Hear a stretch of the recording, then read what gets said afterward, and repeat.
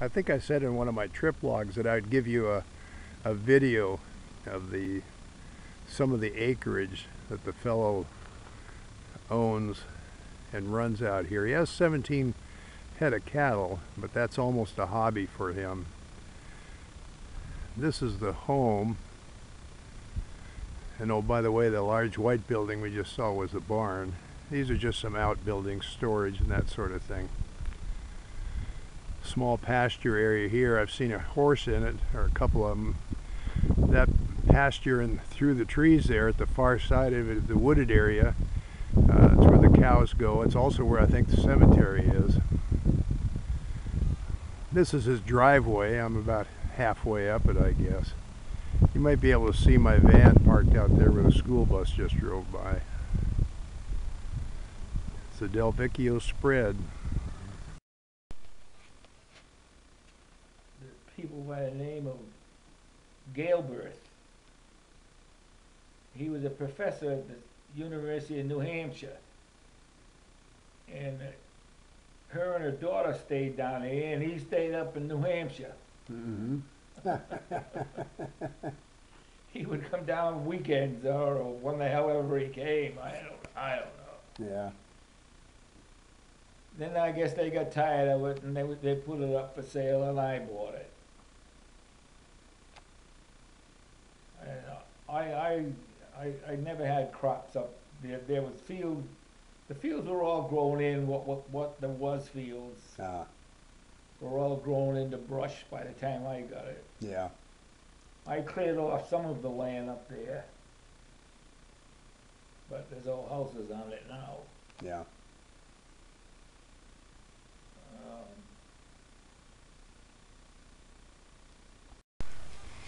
That's the young man I hired to help me out here for the day.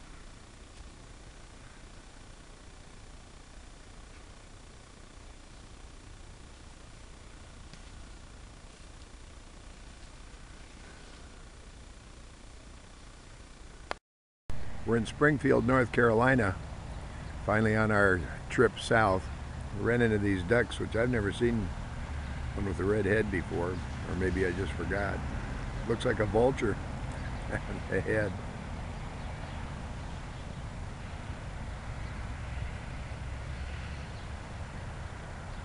Pretty tame.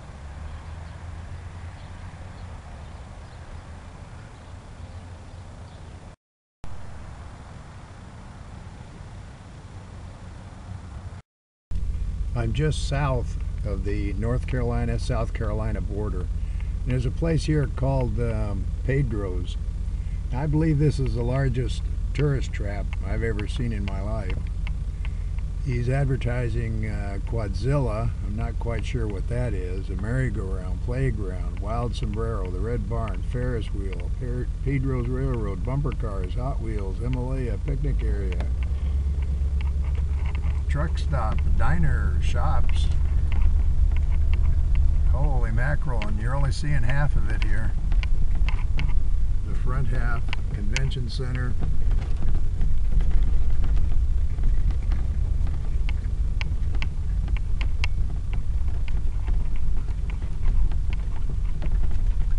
There's a steakhouse, T-shirts, hot dogs.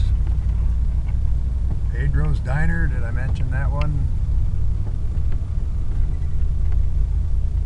Hot tamale shop, miniature golf, reptile lagoon, a leather shop, a motor inn, campground, Mexico Shop West, subs. Oh, fireworks, yeah, legal in South Carolina year-round. Ice cream.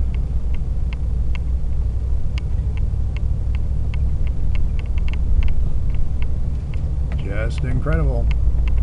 I are in Savannah, Georgia, where we stopped at the 8th Air Force Museum. The 8th Air Force was the Air Force that was formed to bomb Nazi Germany during World War II.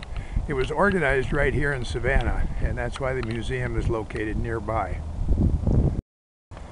A Mikoyan Gurevich 17A, also known as a MiG. Made in Russia. This one is painted in the colors of the Vietnamese Air Force, North Vietnamese Air Force.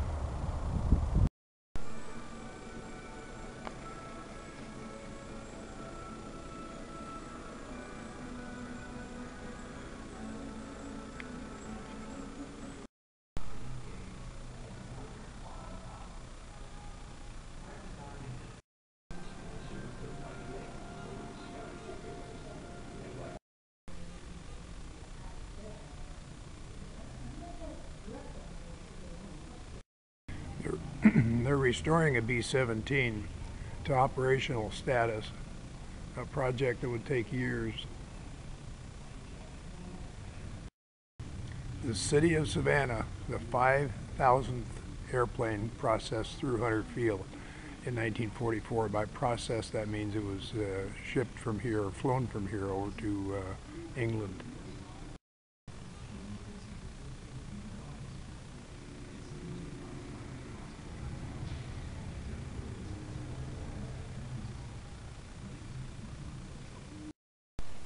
Turret and gun.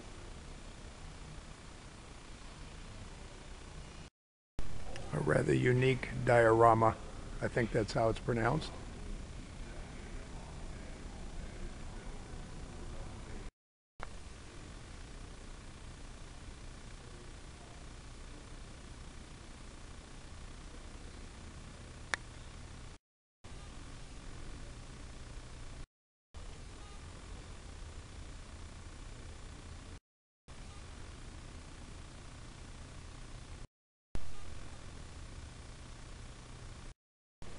A few are pretty good quality.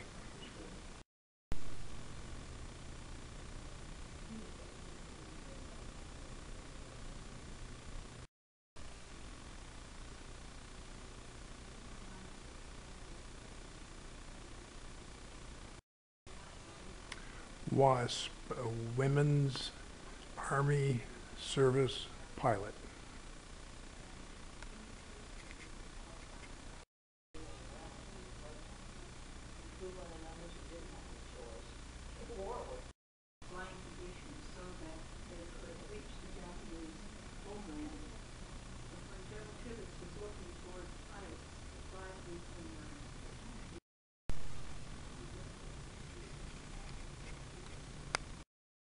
We're at the Folkston, Georgia train watching station.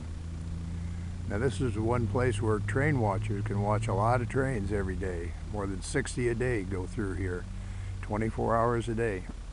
They've got this set up along with the radios that the trains use to communicate with each other, and their dispatchers are broadcast here. And speaking of the devil,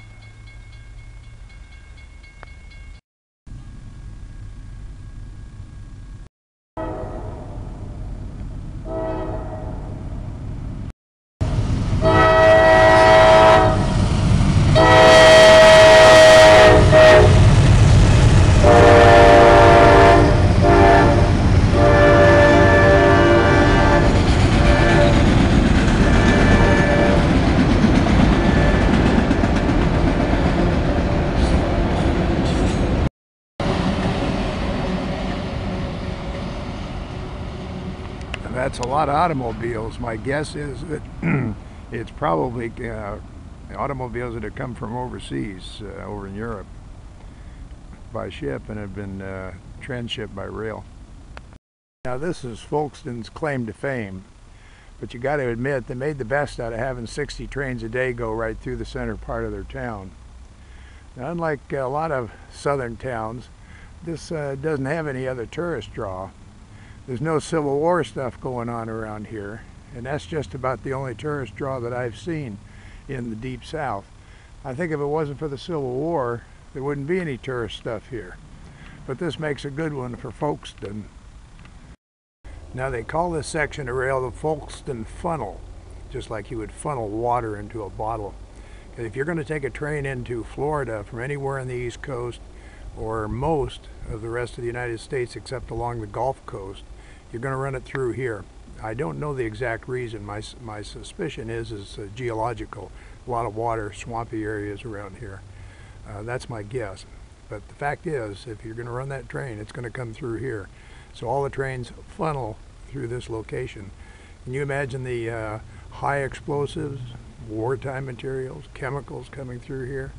I was in Sacramento when a small town was blown off the map by high explosives during the Vietnam War. That would do the same thing to this downtown area. Holy mackerel. If you heard that crackling, it's because they have a speaker system hooked up to the communication system I spoke of earlier, so you can hear the trains communicating